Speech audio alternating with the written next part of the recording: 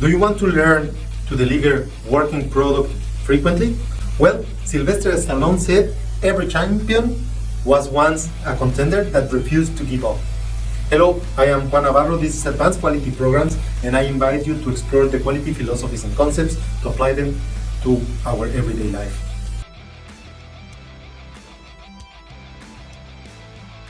Lean philosophy.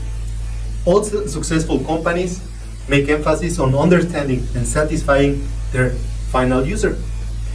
The philosophy gives priority on getting close to the customer and to anticipate their needs before they even arise, translating into a consistent delivery of exceptional products at the right time. But to achieve this, you need innovation, and innovation is meaningless without a proper delivery.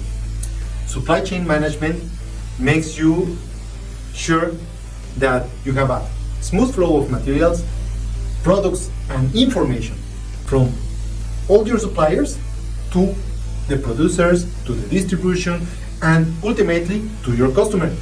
A demand-driven supply network always reacts to actual customer demand. They optimize efficiency. The goal is to pool the resources throughout the system only when you need them, aligning with these lean principles. The lean principles give priority to the customer, and the processes required to deliver the products and services are mandatory.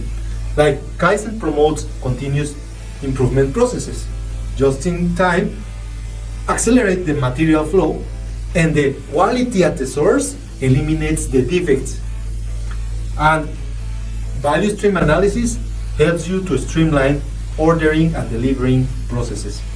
These all are principles and examples of how lean principles can help you to optimize your demand-driven supply network. While some people see lean approach as overly simplistic, the key to success in lean lies in achieving a continuous flow of material by having the right materials in the right place at the right time. And that is not really simple. That's not really easy. This includes having raw materials, components, and sub-assemblies used in your final product at the right time, when you need them, where you need them. There are two philosophies or methods for managing material flow. Let's explore them. The first one is the Material Requirements Planning, the MRP. Mostly these are computer-driven systems that use the anticipated customer demand forecast to calculate the needs for materials and secure the continuous flow. It doesn't have to be a computer-driven planning. It is easier that way, but you can calculate it easy. You just need to know the demand and plan it ahead. The second principle or the second method is the pull material system. This manages the material flow based on the actual customer order. Your customer asks, and you are sure enough that you have material to pull through the whole chain to deliver. Many people perceive these two approaches as either or situations, but that's not the case. These both systems are not exclusive. Actually, both aim to ensure the right materials are ready and available when needed. You can imagine that you have a company, let's say you create toys. And to make your toys, you need parts and materials like wood, plastic, screws, and all of those materials are ready when you start producing. You have to be strategic on your supply chain. And this means planning carefully where you keep all these parts and all these materials before you need them. To do this, you can either employ one of many tactics, but all these need to support your lean strategy. One of those strategies would be, or those tactics would be, the inventory positioning. This means storing parts and materials at convenient places throughout the production process. Think of it like having boxes of your needed materials, your needed plastic, your needed wood, close to where those parts, those materials for your toys are needed.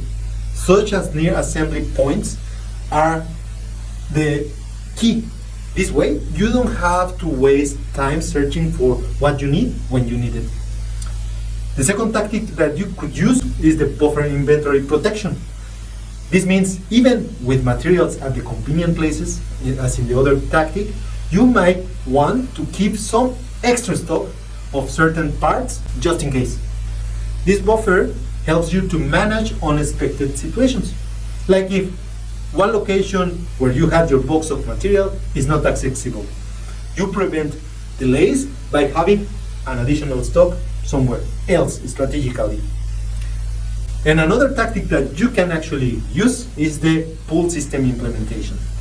This means that instead of constantly ordering new materials, new parts, new sub-assemblies, you only order what you actually need at the moment, right now, no more, no less. This helps you to avoid having too many of these parts sitting around, which can be expensive and wasteful if you don't have a large budget for products or toys. The Lean philosophy actually thrives on continual adaptation, making a crucial element of it. It is an organizational culture, and over time the culture becomes the unique way each company or organization operates and solve problems. This does not occur spontaneously. It requires a careful management and cultivation within teams and people. For this to happen, culture must start at the highest level of your organization. You need a change management that involves diverse approaches and tools used to guide people and resources to the end result that you plan.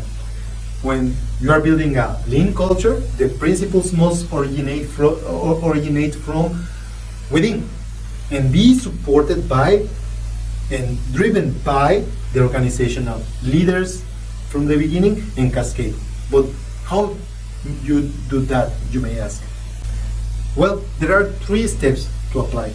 The first step is the unfreeze. This step involves recognizing a need for change and preparing the organization for the transition. This includes identifying potential resistance within the organization and developing some strategies to overcome them. Now that you know what has to be changed and you have your strategy, then implement the change. This step focuses on actively implementing all activities that create a change. Specific tasks and goals are delegated throughout the whole organization, with top executives managing the supporting of the strategy overall. And this also involves the management team collaborating to address problematics that may arise from the beginning and also manage the resistance. And finally, refreeze. The final step solidifies the new methods. It makes them permanent pillars and principles within the corporate culture. In this case, lean practices become ingrained in all processes, shaping the company way of operating and procedure. Now, lean thinking permeates every aspect of the successful company. It becomes a mindset and drives every action and decision of the organization, building a lean workforce where employees naturally embrace lean principles, and that's the ultimate goal. Cultivating continuous improvement mindset is necessary. Employees must believe that there's always room for improvement. Problems are not just solved, but prevented. Permanent problem resolution requires identifying and eliminating the root causes and not just treating the symptoms, right? And you need involvement of the teams. This includes employees from diverse areas that are impacted by specific issues. For example, a quality issue with a raw material might involve engineers, factory operators, purchasing agents, and even suppliers that are external to our company. Ensuring a holistic solution that doesn't negatively affect other parts of the process is necessary. And finally, eliminating waste is the core principle of the lean culture. Just as Kaizen and other philosophies aim to do, The lean culture strives to eliminate all sources of waste by either repurposing them or preventing them from occurring in the first place.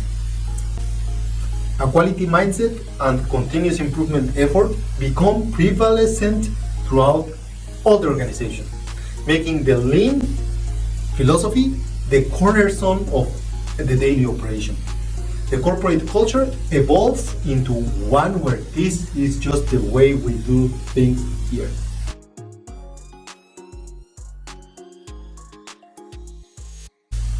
And that was it. I hope you enjoyed this video or this podcast. And if you did, don't forget to hit like. I will appreciate all of your comments, all your subscriptions to the channel, and sharing with your family, with your friends, with everybody that you believe would appreciate this message. I appreciate everybody that has acquired a copy of Life Quality Projects, everybody that has acquired a copy of Quality Principles.